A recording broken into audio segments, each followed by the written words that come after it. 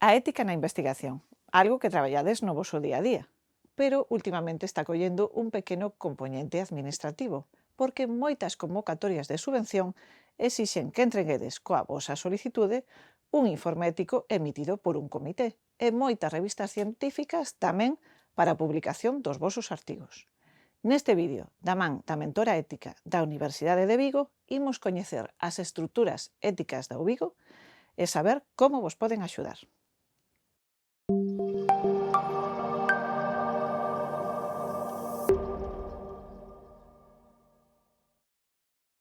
Por que creou a Universidade de Vigo un comité de ética? A Universidade de Vigo, como institución do sector público, coa misión de investigación e docencia, como se recolle na exposición de motivos do regulamento do CETIC, que é o Comité de Ética da Investigación da Universidade de Vigo, é consciente da súa responsabilidade frente á sociedade no que se refire á investigación científica e á transferencia de coñecemento. Ten moi claro que o control e o seguimento destas accións nos seus aspectos éticos ten que estar de acordo co que impón a lei no artigo 15, a lei 14 do ano 2011 de 1 de xuño que se refire á Lei de Ciencia e Innovación. Ademais, a normativa presente nas diferentes convocatorias de financiamento consoante os estándares de HR de investigación tan coñecidos na actualidade, evidentemente todo o que fagamos con utilización de datos persoais, mostras biolóxicas de orixe humana, todo o que é emprego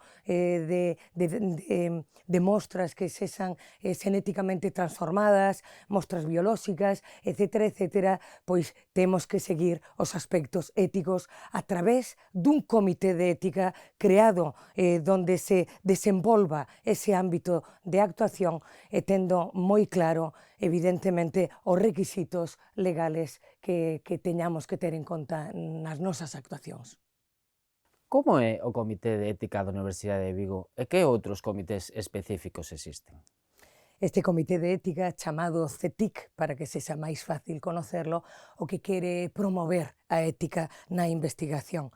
Non solamente na investigación científica, tamén a que teña lugar con fins docentes. E, como decíamos anteriormente, sempre que sea experimentación con animais, sempre que sea emprego de organismos modificados xenéticamente, sempre que sexa utilización de datos persoais que poden implicar a dereitos fundamentais. Este CETIC, o Comité de Ética da Investigación da Universidade de Vigo, está adscrito á Vicerreitoría de Investigación da UVigo, pero é independente totalmente na súa toma de decisións. Anteriormente, con anterioridade, existía o que era un comité de experimentación animal xa no 2010, pero chamábase CEBA. No 2013, cun novo decreto que implicaba que todo o que é esa experimentación animal tiña que seguir uns estándares de actuación, agora coñécese como CEEA. Despois creamos, con posterioridade, outro comité para a atención aos riscos biolóxicos, que hai que ter moitísima atención porque poden supoñer un perigo. E, ademais, recentemente creamos o CEISMA, que é o Comité de Ética para a Investigación con humanos e con medio ambiente. Esta experimentación con humanos e con medio ambiente hai que ter en conta esa utilización de datos persoais que poden atentar ou ser unha afrenta contra os dereitos fundamentais. Iso é o que nós queremos dende o CETIC. O CETIC estará por riba deles, pero estes comités que acabo de citar teñen unha total independencia, pero despois teñen que dar conta dos seus acordos ao pleno do CETIC. E ademais dos comités, que outras figuras se crearon para apoiar esta temática? Concretamente, creouse a figura da mentora ética, que é a persoa que debe vixiar a ética na universidade. Na Universidade de Vigo está identificada coa persoa que ostente a titularidade da inspección de servizos como responsabilidade ética, como responsable ética da universidade. A verdade é que a mentora ética ten unha labor moi importante porque debe vixiar e debe de realizar informes cando teña moi claro que hai conductas moi alesadas do que se exixe na ética científica e docente na Universidade de Vigo. E de que se ocupa cada un destes comités?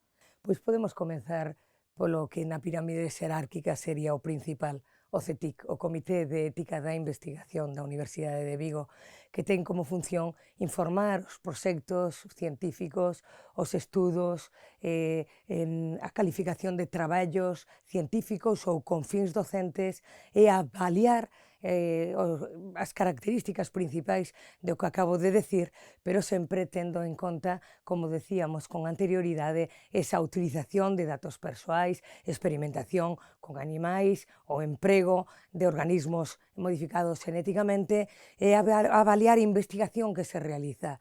E, sobre todo, tamén promover esa ética da investigación e que teña moi claro cales son os requisitos para proceder nos traballos de investigación, sexan con carácter científico ou con carácter docente. Despois, descendendo, podemos hablar, por exemplo, do Comité de Experimentación Animal, pero aí velamos polo benestar dos animais que utilizamos nese comité, porque principalmente atender ao benestar dos animais, queremos obter resultados, pero tamén temos que garantizar que non van a sufrir eses animais moito máis aló do que se refire para un bo resultado na investigación. No CEISMA, ese recentemente creado, a utilización de datos persoais, quizáis é o máis importante porque pode atentar contra os dereitos fundamentais contidos na Constitución española. Polo tanto, temos expertos nese comité para que teñan moi claro o que se debe de facer en cada unha dos informes e da avaliación que teñan que facer na experimentación con humanos e con medio ambiente. E, por exemplo, temos a delegada de Protección de Datos, a DPD da Universidade de Vigo, presente nese comité para decir se a utilización de datos persoais pode ir adiante ou non se pode facer. E, por último, poderíamos citar ese comité de riscos biolóxicos que pois ten que tratar con patóxenos, pero poden ser patóxenos que poden supoñer un risco para a seguridade das persoas, co cual, máis nos tempos que corren, temos que ter moi claro que ese comité de riscos biolóxicos ten que comprometerse coa seguridade das persoas, coa seguridade, como non, das instalacións, das persoas tamén que traballan ali, e, por suposto, atender á legislación vixente no que se refire a todo o que os riscos biolóxicos e todos os requisitos actuais. É obrigatorio solicitar informe do comité correspondente para os meus proxectos? Bueno, polo que se refire ás convocatorias dos proxectos de investigación a nivel internacional, nacional ou autonómico, sempre exixen un informe favorable da institución a que pertence o IP, co cual pouco a pouco é obrigatorio, porque nestas convocatorias o exixen.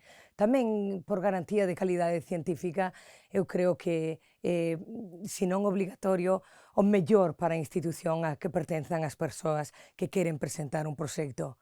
Pero, ademais, os consellos editoriais de revistas científicas exixen agora mesmo que os resultados desos proxectos de investigación teñen que levar un informe favorable, co cual é obrigatorio en todos os casos? Non, pero a realidade impón que as convocatorias de proxectos, os consellos editoriais desas revistas exixen precisamente eses informes, co cual a Universidade de Vigo cumpre con todas estas expectativas e os seus investigadores principais teñen a confianza de que a institución responde ante os informes favorables que eles necesitan. Pode o comité emitir informes sobre proxectos xa iniciados? É obrigatorio, é totalmente necesario presentar os proxectos para informe con anterioridade ao comezo das actividades de investigación. Se tes un informe favorable, perfecto, non habería problema ningún, pero ás veces ese informe favorable é condicionado, ben porque hai defectos formais, ben porque pode faltar algún elemento material, co cual necesitas presentalo con anterioridade para despois conseguir esa aprobación do respectivo comité. Tamén pode suceder que o informe sexa condicionado, porque os datos que faltan son fundamentais para poder decidir o comité se en realidade ese proxecto de investigación pode ir adiante. Por exemplo, pois que sexan uns datos persoais e que nós teñamos que coñecer dentro do comité se son anonimizados ou non. E por último, o informe pode ser desfavorable. Non é a mellor perspectiva, pero pode darse, co cual entendemos que por unha garantía de seguridade xurídica é imprescindible, é necesario presentar todos os proxectos con anterioridade ao comenzo das actividades de investigación. E cando se pode presentar unha solicitude de informe? Bueno, os diferentes comités reúnense a demanda, co cual poden emitir informes cando as circunstancias o exixan, mais compre lembrar a idoneidade de non presentar todo á última hora.